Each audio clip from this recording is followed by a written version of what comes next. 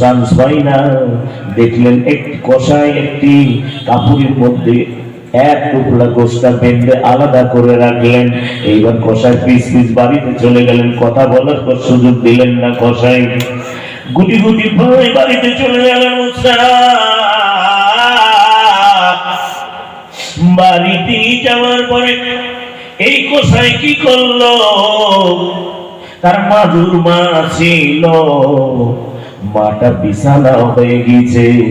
যে মা বিছানায় প্রস্রাব করে পায়খানা করে, ওই মারে তুলে প্রস্রাব পায়খানা গুলি মুসা নবী পরিষ্কার করে দিলেন।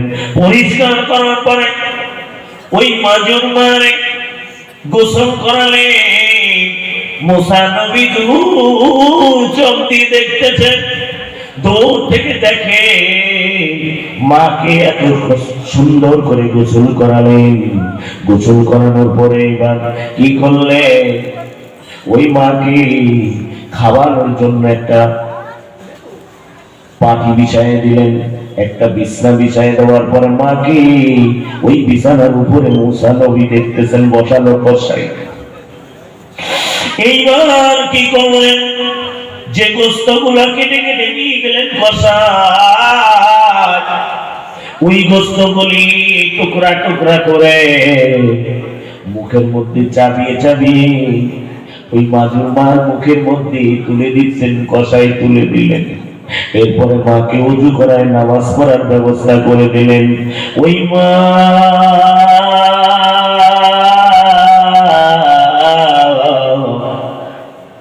ওই জলের দুঃখিনী মা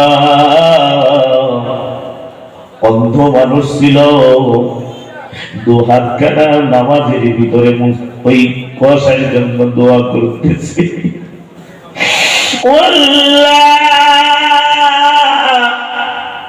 আমি তোমার কাছে দোয়া করি, আল্লাহ গো আমার কলিজার টুকরা সন্তান যাকে আমি গর্বে ধরলাম, যে সন্তানকে বুকের দুধ গুলি আমি পান করালাম, এই সন্তানকে আমার খেদমত করে আমার গোসল করে দেয়, আমার না পাখিটা গুলি দূর করে দেয়, পরিষ্কার করে দেয়। আল্লাহ গো আমি তোমার কাছে বিচার দিয়ে দিলাম, তোমার কাছে আমি দোয়া করি মিলিত করে, আমার এই কষাই সন্তানটাকে তুমি এই জামানার শ্রেষ্ঠ পয়গম্বর মুসার সঙ্গে তুমি জান্নাত দিয়ে দাও। সুবহানাল্লাহ। মুসা নবী আর দেরি করে না, দৌড়ায় চলে গেলেন ওই মায়ের পায়ে তলায়। মুসা নবী পড়ে গেলেন, মুসা মায়ের কাছে পড়ে কান্দে আর ও মা জননী, আমি বুঝেছি তোমার কেমন পাওয়া, কারণ যে মায়ের খেদমত করার কারণে আল্লাহ পাক আমাকে বলেছে একজন কসাই জান্নাতি হবে। তোমার সন্তানটি এত আদর্শবান সন্তান, যে সন্তান সারাদিন গোস্ত বিক্রি করে আবার এক টুকরা গোস্ত রেখে যায় মায়ের জন্য, ওই সন্তান বাড়িতে এসে এত সুন্দর করে তোমাকে পরিষ্কার করে গোসল করাইয়া তোমার খেদমত করে, আমি দেখেছি তোমার সন্তান আমার সঙ্গে জান্নাতি হবে না কে হবে? ও মা গো মা, আমি আর কেউ নই, আমি মুসা, এই জামানার বনি ইসরাইলের নবী মুসা তোমার সামনে হাজির। এই কথা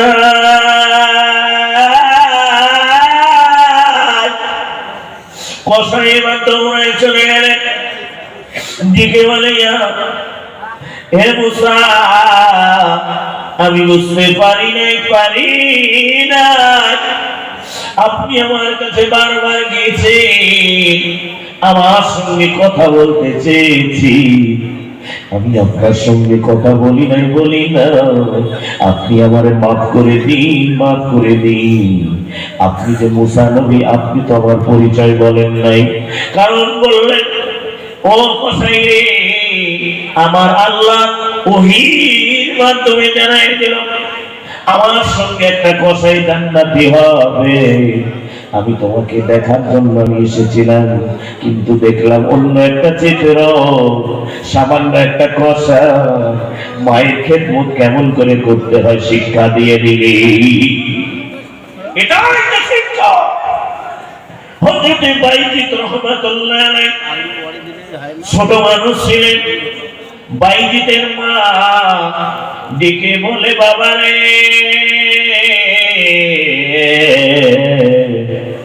আমার পানির পিপাসা লেগেছে, আমাকে এক গ্লাস পানি পান করাবে। এমন সময় বাইজিদ ঘরের ভিতরে পানি পেলেন না। একটা দর্জি বাইরে চলে গেলেন।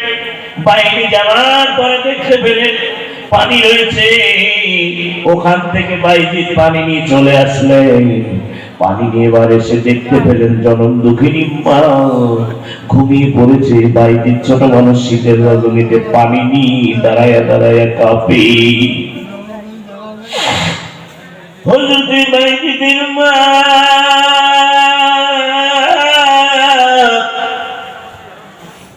ঘুম ভেঙে দেখতে পেলেন কলিজার টুকরা সন্তান বাইজিদ পানি গিলাসটি দাঁড়ায় দাঁড়ায় কাঁদে, কাঁদতেছে। ডেকে বলে, বাবা বাইজিদ রে, তুমি কেন পানি আমাকে খাওয়ানোর জন্য ডাকো না?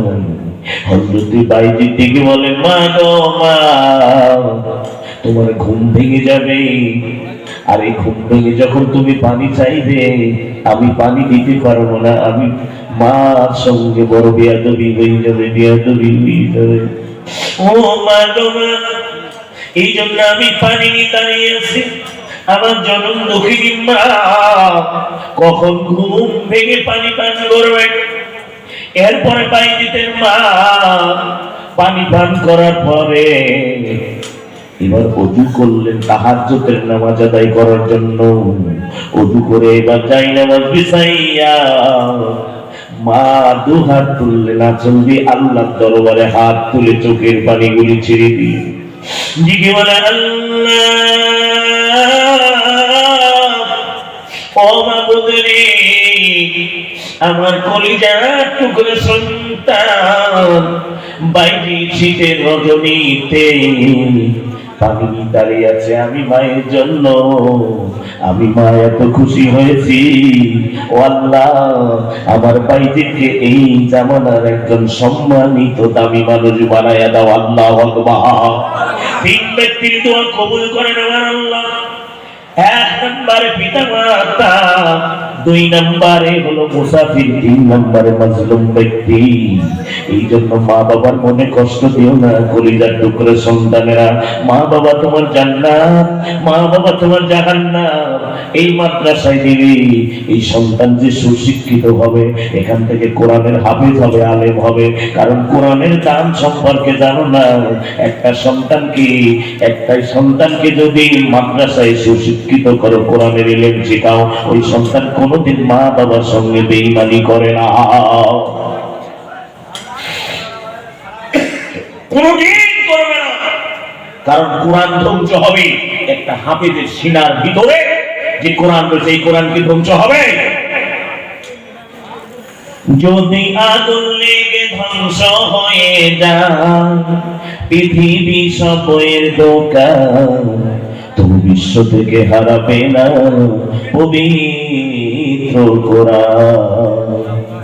কেমন করে করবে ধ্বংস আগুনের আছে বিশ্ব ভরা লক্ষ লক্ষ কোরআনের হাফেজ। কেমন করে করবে ধ্বংস আগুনের আছে বিশ্ব ভরা লক্ষ লক্ষ কোরআনের হাফেজ। তারা সাফায় আসমানি গ্রন্থ, তারা সাফায় আসমানি গ্রন্থ, বাঁচাবে কোরআনের মান, তুমি বিশ্ব থেকে হারাবে না পবিত্র কোরআন। কত লোকে কোরআন নিয়ে করলো আদালত কেস, লিখলো সালমান রুশদি বিদ্বেষ শূন্য সেটা ভরসে। আল কোরআনের নূরের জ্যোতি, আল কোরআনের নূরের যদি সারা বিশ্বে বিদ্যমান, তবু বিশ্ব থেকে হারাবে না পবিত্র কোরআন।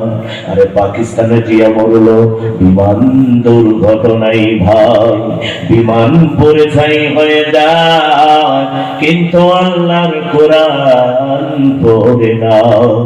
এই যে আমার বিশ্ব নবী সাধনার ফল, এই যে আমার বিশ্ব নবীর সাধনার ফল, নকুল কই মালিকের দান, তবু বিশ্ব থেকে হারাবে না পবিত্র কোরআন। কথা বলে ঠিক কিনা?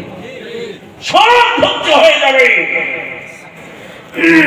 কিন্তু আল্লাহর কোরআন পৃথিবী থেকে ধ্বংস হবে না, কারণ এই কোরআন হাফেজের সিনার ভিতর রয়েছে। কথা বলে ঠিক কিনা?